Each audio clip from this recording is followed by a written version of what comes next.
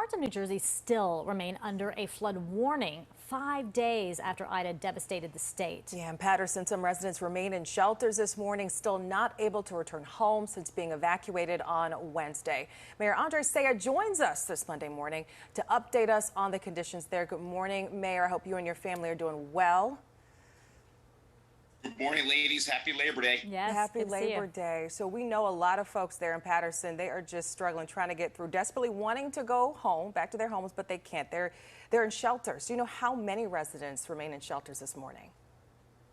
At the moment, there's about 20 people in our emergency shelter. As a matter of fact, New Jersey's First Lady, Tammy Murphy, paid us a visit yesterday, and we are reassuring the residents we're trying to get them back into their homes once it is completely safe. But I view this as a call to action. We really appreciate the American Red Cross stepping up and providing relief.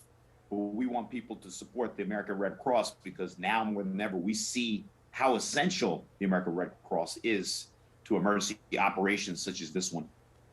All right, so let's talk about the fact that, you know, a lot of folks want to return home clearly, but the problem is that we were expecting the river to crest over the Passaic River over the weekend. Did it do that, or is more flooding expected as well? It did. It crested actually on Friday. My concern is we've had some rain, which never helps. It's the dry air that provides for a more conducive atmosphere so that we can have the floodwaters recede, and then we can safely bring people back home. And quite frankly, I mean, we're confronted with two realities, right? You have climate change, because clearly these storms are becoming more frequent, more intense, more deadly. So we have to embrace the reality of climate change. And then the other reality is that we need infrastructure improvement to help us mitigate the damage. We need to repair sewer systems, which are arcane. We're talking about items that have been neglected for far too long, and now we're paying the price. And Mayor, you mentioned the infrastructure, right? That sewer system. Is there currently a plan of attack, and do we have a timeline of when that's going to be addressed? Vanessa, the irony is that River Street was more river than street this past week, and we are taking American Rescue Plan money to fix the sewer system that, quite frankly, needed repair 50 years ago. And we're hoping that in Washington, we're able to get President Biden's infrastructure improvement bill approved and then ultimately implemented in urban areas such as Paterson. Mayor, President Biden is going to be touring with Governor Murphy tomorrow, some of the worst hit areas in New Jersey. But I have to ask you, for residents who are looking at this and hear these officials say, you know, it's global warming, it's climate change, they're saying, no, no, no, no.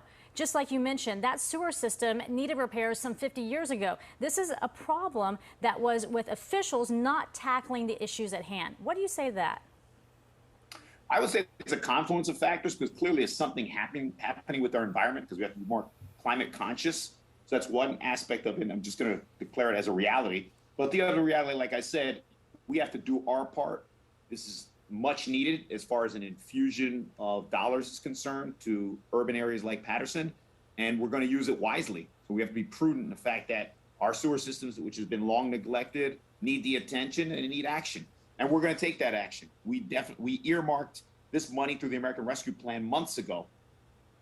And Mayor Sayegh, for homeowners and renters who are obviously suffering a lot of damage out there, what are the local and federal government entities, how are they helping them? What's the plan? So thanks. We have our congressional office. We also have our county government, and then obviously municipal government as well. And FEMA was here over the weekend. So it's an all hands on deck approach.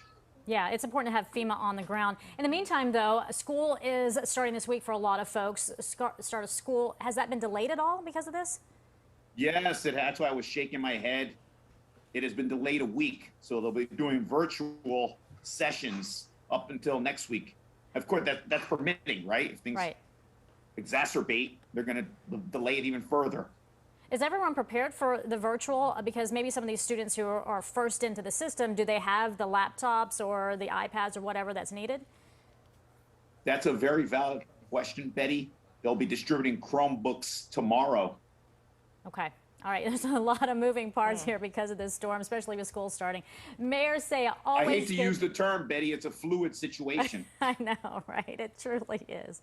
You're so punny. All right. Hey, good luck on, are you doing a marathon today, a 5K?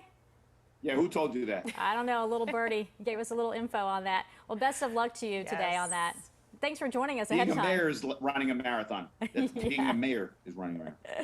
Many different types of marathons, I'm sure. All right, thanks, Mayor Sayegh. And be safe. Thank you, ladies. Enjoy the rest of your Labor Day. Yeah, do you the too. same. And of course, if you've been impacted by Ida, there are certainly some resources to help you out. We've put together a list of agencies and organizations on our website. Just head over to pix11.com/resources.